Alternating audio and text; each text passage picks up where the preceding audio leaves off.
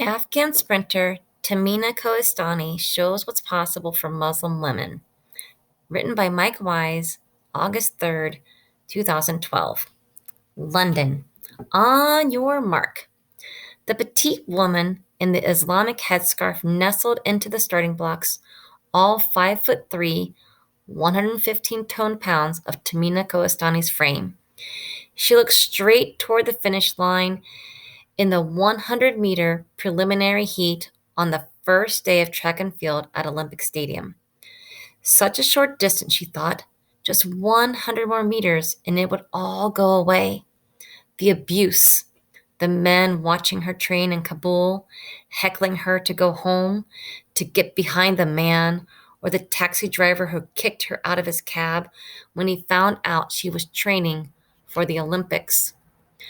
One more sprint of less than 15 seconds, this time in front of 60,000 people who boomed with applause as her name was called over the stadium's loudspeaker, and Koistani would complete the longest of journeys for the shortest of races. How is this possible? Someone had asked the only woman to represent Afghanistan in London. Set. For a moment before the starter's gun went off, she thought hard on that. How is this possible? How is someone from a war-ravaged country who trains in a dilapidated stadium, who can't afford elite sprinters' footwear, allowed to be here at the 2012 London Games? How is a nation with remnants of radical Islamism, where a woman accused of adultery was shot to death by the Taliban an hour from the capital last month, able to produce an independent thinking female athlete to compete against the world's greatest sprinters? When stars of their respective Olympic sports check their Facebook and Twitter accounts for messages of hope, encouragement, or congratulations from fans and supporters back home and abroad, they usually feel instantly validated. Before it was removed, this was on Koistani's Facebook account Friday afternoon. You are a shame to Muslim women. You don't represent them. You represent Tamina. As much as she became a symbol of women's empowerment, as much as Brunei, Qatar, and Saudi Arabia sending female athletes to the Olympics for the first time had finally made these a genuine gender-inclusive games, Koistani knew change comes agonizingly slow in parts of the Muslim world. That's it.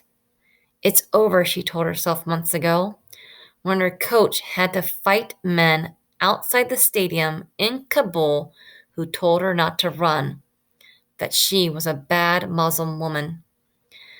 I decide I am going to go home and I will never come back because the people is not ready to respect me, she said. But the moment passed, and Koistani realized deep in that slight frame lived not only a sprinter, but also a fighter. I will continue. Someone should respond this way, and someone should take these problems, and I am the one who is ready for the problem. So she ran and ran because no one could make her believe churning her legs as fast as she could possibly make them go was against Allah and the Muslim faith.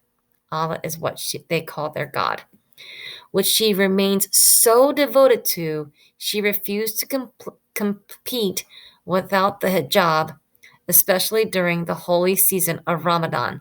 The hijab is what the women wear to cover their hair.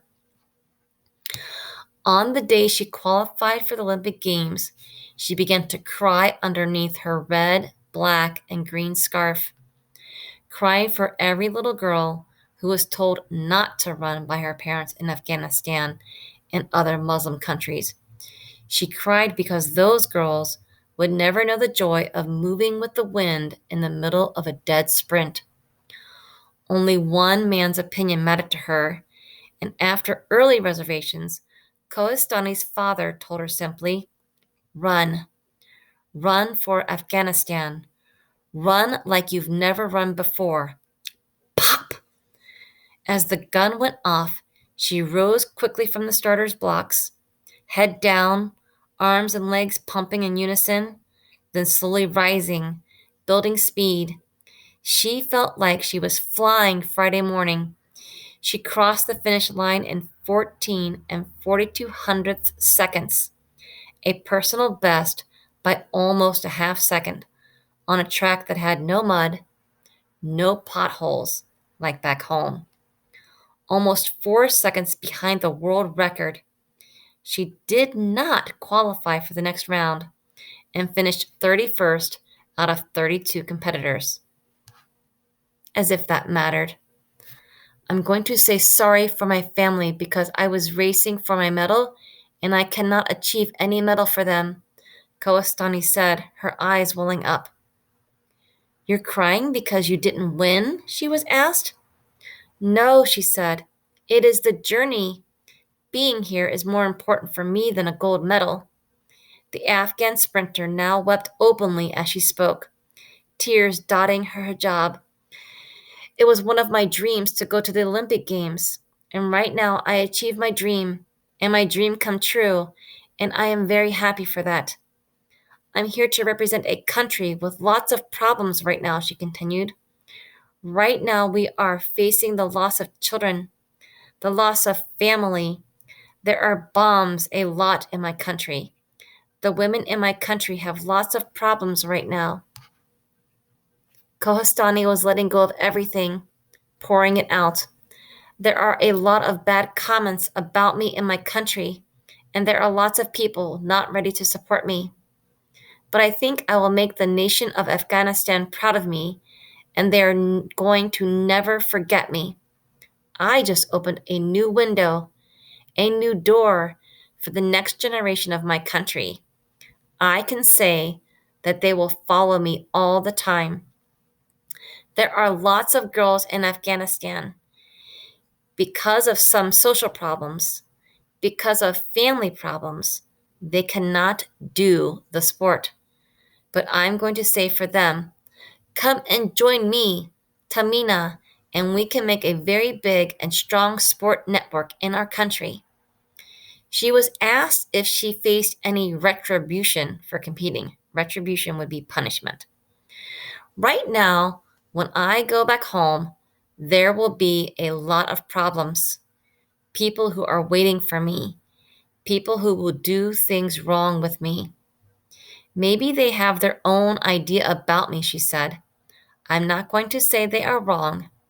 Maybe one day they will realize that I was right. Maybe the next generation of Afghanistan will be proud of me because I opened a new window for them. They are not ready to accept me. They are thinking that I am wrong, and I cannot do that because I am a Muslim and I am from Afghanistan, and it is not good for being a female athlete in my country. What I face, I face all the challenges, cross all the problems, and right now I am here.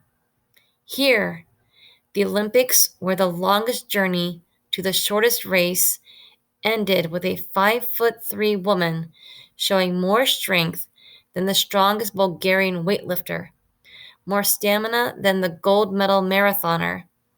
Here, where Tamina Kohestani's tears kept coming, answering the question she pondered on the starting block. How is this possible?